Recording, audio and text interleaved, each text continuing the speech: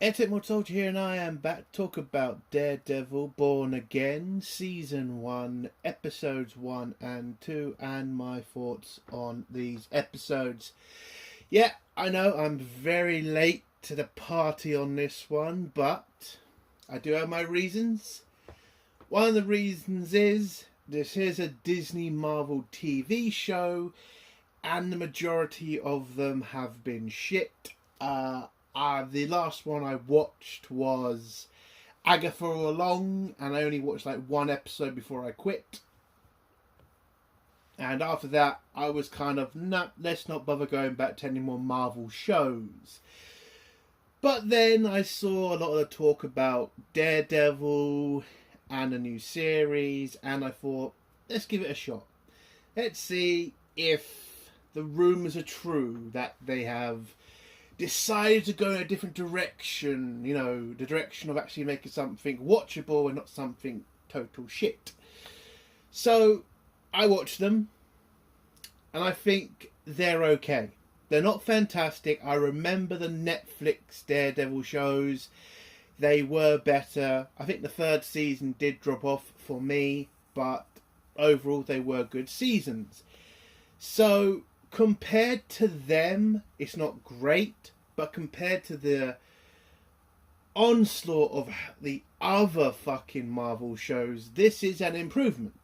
As I could actually watch this and not feel like I wanted to blow my brains out. So, that's a plus. Is it a perfect season so far? No. Unfortunately, there are certain characters that are turning into certain political figures. I think we all know who I'm talking about when it comes to, political figure, woke shit.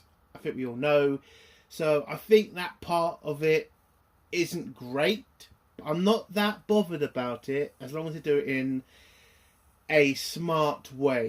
Beating down the whole Trump's bad, him, she, it gets old pretty fast. But I kind of liking where they're going with it so far. Listen, I'm not exactly happy with seeing it, but again, I'm open to them doing it in the right way. As for other characters, yes, I think we have got a problem with wokeness in this show so far, with two characters being replaced by, I would say, non-white replacements, which is, I don't get it. Those two characters are pretty important to Matt. I don't know why you would get rid of them. They would add a lot to the show, but, okay. I'm not exactly happy with what happened to one of them too, because I think that's a bit over the top. And if you're going to do that to one of them, you should have done it to both of them. So that did rub me the wrong way. I mean, I kind of get it. Like, you're trying to open this up to a new fan base, because that's the right decision to make. But honestly, the way you replace one of them is kind of stupid, with the reveal of certain people to certain other people. I'm trying to be as non-spoiler as I can. If you've watched the episode, you know what I'm talking about with the first scene, with the reveal to another character, which was obviously done so that this new character can replace an old character, so that they know who certain people are. That's as far as I'm going with that. And that just felt so forced. Like, that didn't need to happen. He could have done something else. It's a bit ridiculous, in my opinion. Other than that, the two episodes as a whole were interesting. I will give it that. It is kind of interesting to see where they are trying to go with this. I mean, having, government against vigilantes, it is interesting, because you can see it from both angles. You can understand where both sides coming from, especially when you've got Mark going up against, Matt going up against Fisk. You can kind of see, which side you're supposed to be on, but you can see it from the other side as well. And I do like where they're going with Fisk. You know, it is interesting. So as a whole, you know, the first two episodes are okay. But again, I've heard the rumours, you know, it's a slow build, give it time. This has been reshot a lot. So I can forgive, you know, it for being a slow burn, you know, rewrites and everything. So I'm giving them a lot of leeway on that. Because so far, it's not pissed me off. It has been entertaining. There have been good fight scenes. You know, the political stuff is interesting. But, you know, I'm just giving them a bit of time. And I'm hoping that we are going to start moving things along in the third episode. But again, this is Marvel. This is Disney. I have been stinged before by having a bit of hope for a show, and then it ends up being complete bullshit at the end, which is, you know, so annoying when you get into a show and it turns out to be crap at the end. It's pretty fucking bad. And Disney have done it so many fucking times now, and not just Marvel, Star Wars as well. So yeah, so far I'm okay with the show. So far it all looks good. Slow burn, but I'm giving it a bit of a break. So I'm hoping that we get something better in the third episode.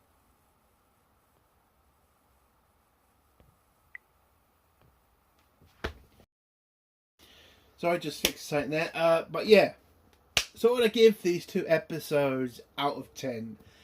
As I didn't think they were that bad, I don't think I should give them a low score, but I do think the wokeness is still a little bit there. It's not massive, I grant you, but when I see a bit of wokeness, I do take away points because it does annoy me that much. So what would I give these two episodes out of 10?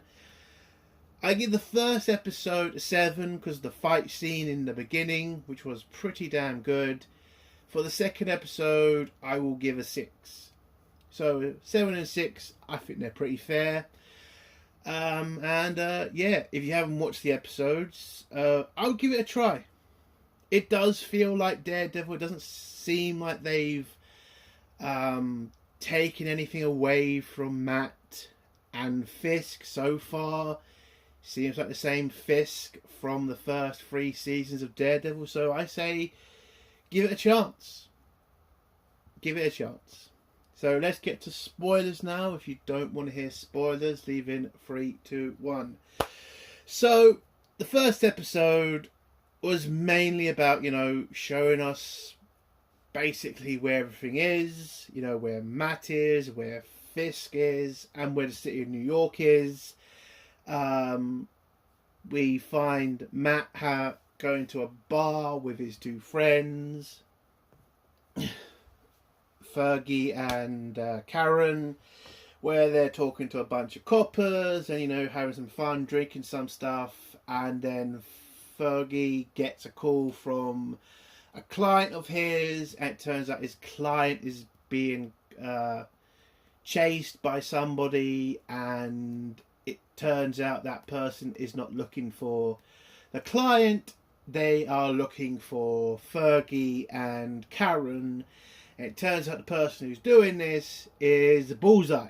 If you remember from the 3rd season of Daredevil, the whole Bullseye arc, that guy survived. Now he's looking for revenge on Matt. So he has a sniper rifle, I think that was him, shoots Fergie, and then we get this epic fight between Daredevil and Bullseye.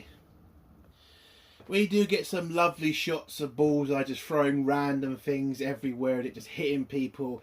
I thought that was a pretty funny scene. You then see like Daredevil getting hit by so many, you know, knives from Bullseye and him just throwing them back. It was an epic fight scene. I will give the episode that. I absolutely enjoyed it. But by the end of the fight, Daredevil wins, captures Bullseye, but unfortunately Fergie dies from the sniper shot, and this completely breaks Matt to the point where he takes his mask off and drops it. And then a random character who is the replacement for Fergie, which he completely is. I think the character's name is Cherry. I think it's what his name is. And he's an ex-cop. Well, he's retiring in the bar apparently, because he was talking to one of his partners like, I'm retiring, and well, he's the only one who sees Matt without the mask, and now finds out he's Daredevil, and he is a replacement for Fergie because he then joins his law firm, sorry. And yes, I do call this woke because, listen, it's obvious this scene is to have Mark reveal his identity to Cherry so that he can be the whole, balance for Mark, so he can go to someone to talk to about his, double life as Daredevil, which that was supposed to be Fergie, but they killed him off, and Karen gets sent away in this episode to California, I think. And so he's supposed to be the new, go-to for when Matt's having problems. And again, I do call this woke because you didn't need to kill off Fergie, and you didn't need to send Karen away. And the reveal just felt so fucking forced. Like, it did. It really did. And I'm going to get some people saying, oh, you're being racist because it's a non-white character. If you can explain to me why killing off Fergie is a good idea, please do. Because to me, that feels stupid. Because you're getting rid of two great characters, which they both are. I know that Karen has the whole, backlash because she killed, an amazing bad guy character and never got the comeuppance that apparently some fans think she deserves. But, she's still a good character. So I don't get why you'd get rid of her. But apparently they're doing this. But they don't kill her off, but they kill Fergie off. And my argument is, maybe you should have switched the two. Because maybe Karen getting shot would have been much more of a reason for Matt taking off the mask and being a bit more, angry about that, to the point he throws Bullseye off the roof and he hits the ground. You think he's dead, but he's not, because in the next scene, it's a couple of weeks later, you find out that Fergie died because there's a sheet on the table that's about his funeral, and then you go to the courtroom where Matt gives his deposition or his speech to the court about why they should throw Bullseye in prison. And, it's the first time he sees Karen in a long time, because she then turns up at the court, and that kind of stuns him for a little bit. And throughout the episode, it is just Matt trying to get over the death and, trying to replace his friends that he's lost with other people. You get this kind of stupid scene about, Matt getting set up to meet this counselor woman on a date that their mutual friend set them on. It's an okay scene. I mean, I'm not that bothered about it. Again, I don't like fucking soap opera shit in, action films. I kind of get really bored of it quick. But I get why it's in the episode. I'm not that bothered about it. It felt a little bit forced in my opinion. But also in the first episode, we find out about, what's happening in the underworld in New York. Fisk has returned from somewhat of an exile because of other things he's been doing in other Marvel shows. Again, I'm very happy I didn't watch those shows because of what I've heard and what I've seen on YouTube clips. So I'm not damaged by all that. But unfortunately, they do bring it up in this show. So the weird rumours about them saying it's going to be a completely clean slate for Fisk it is bullshit. They do mention a bunch of stuff about Fisk kind of dealing with getting shot by his apprentice or something, and getting the shit kicked out of him by a bunch of women at one point. I think that got mentioned too. So they are talking about all the stuff that's happened to Fisk, which is annoying. But throughout this episode and the next episode, you see the real Fisk. You see the intelligence from him. You see how he's more tactful in these 2 episodes than he was in... No, actually, he was more tactical in the Netflix series. But so far, yeah, he's okay. But yeah, he's come back to New York after his exile. His wife, Vanessa, has taken over the underworld. She now controls it. So when Fisk comes back, it's kind of a shock to her. At first, she feels like, is he going to take over the underworld, or is he going to try to, reunite with her? There's kind of this little imbalance between them in the first couple of scenes. But then Fisk tells her, I'm not here to get involved in the crime business anymore. I'm here to do something new, original. And it turns out he tells Vanessa he wants to run for mayor of New York. And kind of surprising because the history he has with the New York, citizens and the police. So it's kind of looking a bit like there's no way you're going to make it. You then go to his campaign office where you do then kind of see scenes that are kind of looking like Trump. There's no way you're going to be elected mayor. There's no way you're going to get the people to be on your side. You're just never going to make it. There was a lot of that in the first episode of there's no way Fisk is going to win, which kind of did feel like, oh, so we are doing the whole Trump connection in this episode. Now again, if they can do it in a fair way and not be so over the top with it. I mean, again, making Fisk a Trump, copy.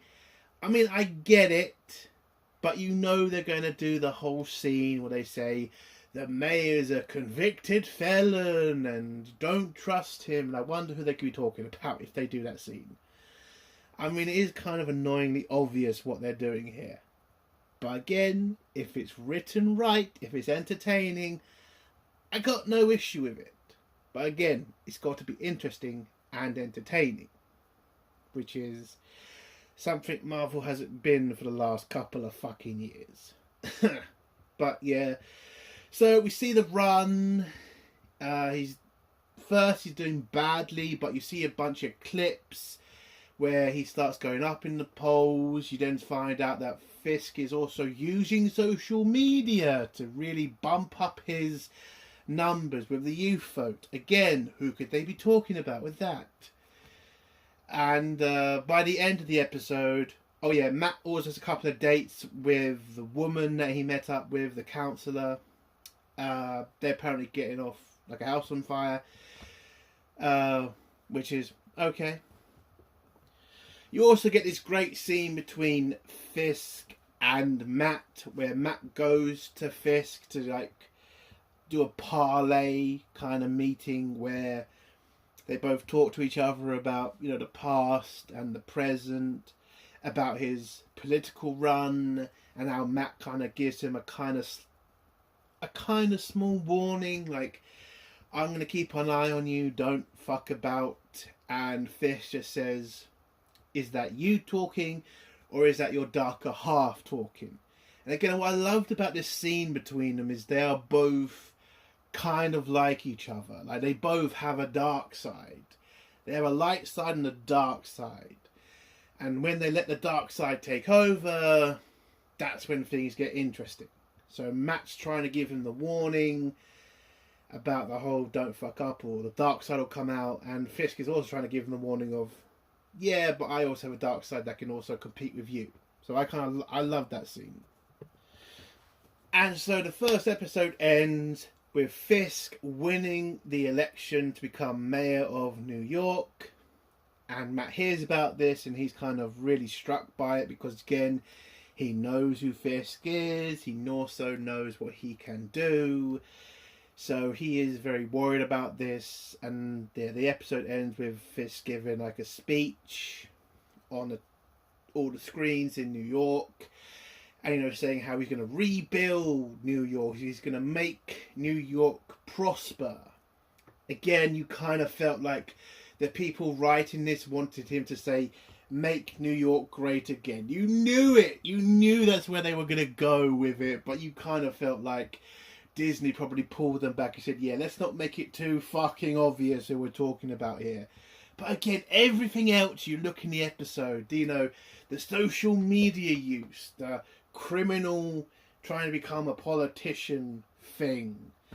There's just so many things you can connect to the Fisk character and to Trump. It's just annoyingly way too obvious, in my opinion. But yeah, that's how the first episode ends. With Fisk getting elected. And Matt not being comfortable with it. So, it is a good first episode. I will give it that. On to the next episode. So the next episode begins with another speech from Fisk, telling New Yorkers how he's going to improve life in New York, how he's going to deal with the crime epidemic on the streets, but also how he's going to deal with the vigilante problem in New York. So you're kind of starting to see maybe Fisk has another alternative for being, mayor. Maybe he's trying to get rid of the vigilantes because he wants to help with the crime to make it more easier for them.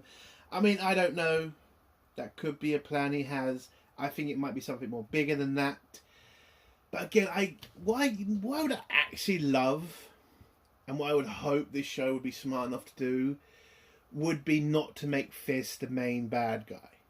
Maybe to make Daredevil and Fisk have to work together. That would be interesting. But unfortunately, I don't think that's going to happen. It is obvious Fisk is the main bad guy. I get it, but it just would be so interesting to see them to have to work together. It would be. But yeah, so he gives the speech. You see some New Yorkers love it, some New Yorkers hate it. Again, I wonder who that could be about. And then we get a scene where a couple of guys are beating the shit out of someone on the subway. Oh, I'm going to American subway. Underground. I should not. It's the underground. Trains and everything. But anyway, yeah. Two guys are beating some guy up in the subway. Shit. Fuck it. And some random guy sees this and tries to help the poor guy who obviously is getting beaten up by criminals. They have a fight with each other. And then one of the guys slips and gets ran through by a train. And then it turns out that both these two people are not criminals, but are police officers. But again, why did they not reveal themselves? Why did they not show badges? Obviously that these are two bent coppers. So, this guy's in a lot of shit. So he gets arrested and taken to prison. We then get the credits scene. By the way, I love the song they do in the credit scene. We then go to a field reporter who does, I think, a YouTube channel. I'm not too sure. But she's a reporter doing some news on the street, asking random people their thoughts about the new mayor and shit's going on in New York. They say shit's changed, shit's getting worse. We hope the mayor's going to fix it, blah, blah, blah. We then go to Fisk's office where he's being told about all of his jobs that he has to do. He has to go see the head of the fire department. He has to go see, certain ministers or whatever they call them in America. He's got to start introducing himself to the government people of New York so that he can start making sure that they help him with his agenda. And you can kind of see Fisk is not really used to this. He's kind of used to people doing as they're told and, pretty much knowing that if they don't, he's going to get the shit out of them or kill them. So it's kind of weird for him, and you can kind of see that in the scene. Oh, he also tells a story about the desk and how the mayor, a certain mayor who was behind this desk, is the only man Fisk's dad ever respected. So he kind of feels a lot of importance from this desk and how that reminds him of his father and shit. And yeah, so that's his first day in office, and it was kind of an interesting scene, especially the dad part. Kind of shows you that he still has problems with his dad, because you all know he killed his dad, didn't he? So he still has that going on in his head. Oh, we also hear in this scene that he needs to start improving his image of his wife and him, because apparently in the speech that was one of the big things the audience liked, or the public liked about it, was his relationship with his wife. But unfortunately that their relationship isn't completely fixed, and they haven't been seen together a lot, which is making it look like there is marital problems, which is very dangerous for a politician these days.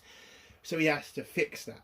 And that's what his advisor tells him, and he says, give us time, we're sorting some things out, we would appreciate some leeway on this. And she agrees and heads out. We then go to the next scene where Matt is informing one of his clients about the situation with the person's family member, but then he starts hearing in the background police kicking the shit out of a suspect. So, as it is Matt, he goes to investigate and finds out that the person being beat up is the guy on the subway who is being charged with the murder of a police officer and is pretty much in deep shit. So Matt tells him, just tell me what happened. He tells Matt how it happened. The police officer slipped on the railings. He got hit by a train. So technically it's not his fault, but if these are bent coppers you're dealing with, it's obvious they're not going to let a little thing like innocent get in the way of a prison sentence. So Matt tells him, listen, I'm on the case now. Don't worry, I'll get you off. So he leaves him there, goes back to his law firm where he informs his team about the new case. They inform him that it's a pretty stupid case to take over because of the evidence and the fact it is a cop killing, which is something is pretty hard to kind of beat. So is it very advisable for him to take it over? But Matt says, no, I'm not having that. We're going to take the case and prove this guy's innocence. So they head to court. Turns out the lawyer they're going up against is a good lawyer, so it's going to be hard for Matt to win this case. But when he tries to look for some clemency from the judge, again, the judge is not going to look too favourably to a cop killer. So he denies him bail and says he's going back to prison. And when Mark brings up the fact he's a veteran and he's got no priors, the judge just throws that away and says, nope, I don't care, he's going to prison until this case is done.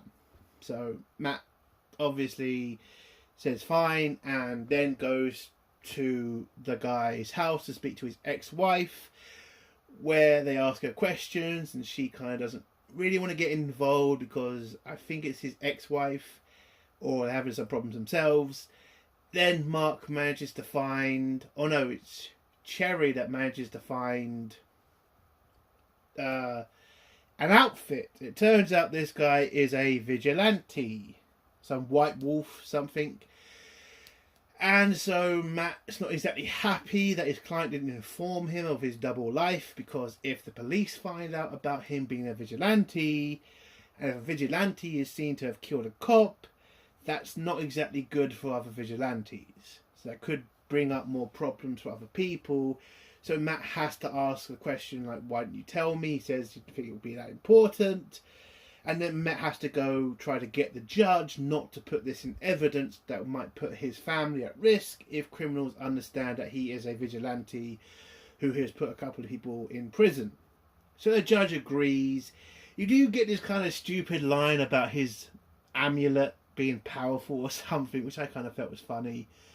But the judge agrees not to allow this in evidence, and so the case can move forward without this. We then go back to Fisk, who's stuck in traffic, who then starts to show that he's going to be a different mayor and not just do what everybody else wants to do, and manages to get a pothole fixed, or a hole, fixed because of all the red tape he had to deal with, and gets a lot of media attention because of that. It then turns out one of Fisk's staff is friends with the YouTube reporter, and this YouTube reporter gets invited to do an interview with Fisk, where she's told, you get 5 minutes, that's it. She only asks, I think, like 2 questions, and one of the questions is, how is Fisk going to deal with the fact the Commissioner of Police is going to quit? And with his resignation, a lot of cops are going to follow him out. So Fisk knows that he's in a shit situation here because he does need the police to do their job, or he's going to be out of office pretty fucking quick. So he goes to the funeral of the dead police officer, where the commissioner goes up to Fisk and says, the fuck you doing here? We all know that you're a criminal. We all know you don't really give a shit about the cop. So again, why you're here? But Fisk tells him, I'm here because I'm the mayor, and I'm also here because I hear that you're quitting. And he just tells him, yes, I'm quitting because I want to see your term be the shortest term in mayoral history. And Fisk doesn't like that. So he does what most politicians do and tries to find some dirt on the commissioner. He invites the commissioner over to talk about his future, where the commissioner comes in thinking that he's going to be the big bad boss. But then Fisk reveals a picture. Now in this picture I thought it was Fisk threatening his family, but it turns out no, it's not a criminal kind of threat, it's a political kind of threat. It turns out the commissioner has a secret child from another woman, and so the commissioner, yeah, he's going to be pretty much in Fisk's pocket and stops the retirement from happening, and Fisk has now taken control of the commissioner. But I got to admit, this was a pretty good scene. Again, Fisk using non-lethal ways to try to control political opponents, I thought was great, because you've got to know, there are some politicians that have probably done this to other politicians. I know about your secret kid, or I know about your abortion. And again, not really anything criminal in it. Fisk is just saying, I know your secret, do as you're told or I'll reveal it. And so he got control of that situation, which I think was great. The final part of the episode is Matt trying to find the witness who was getting pummeled by the 2 bent police officers. He finds him, but it turns out that Matt was not the only one to find out where this guy lives. It turns out it was also the other bent police officer with a friend. He tells the witness to head to the park where one of his friends is going to meet him and hide him somewhere. And then Matt just stands there waiting for the police to come. They do. They threaten Matt and tell him he's going to tell them where the witness is. Matt denies that and says he has no idea. And then the cops just begin to kick the shit out of Mark and Matt just ends up kicking the shit out of them because they did point a gun at him, and I think he kills one of them, and that's how the episode ends, with Matt screaming in the air. I thought this was an okay episode. Again, I liked the Fisk political stuff. I also enjoyed Matt's end fight scene with the cops. I thought that was pretty good too. As a whole, though, not as strong as the first episode, but not bad. So far, this series is not bad, which for a Marvel TV series is a fucking achievement. And the Trump stuff, it is annoying, but so far they haven't gone over the top with it yet. But again, this is only episode 2. We've got a lot more to come. There's a lot more chance for them to go over the top with it. But so far, it's a good series, which I am enjoying. So, it's a 7 and a 6 out of 10 for these 2 episodes. Tell me what you thought in the comments. If you like my stuff, think about subscribing. And if you have a comment, leave it below and I'll try to get back to it. Entertainment World Soldier. Bye.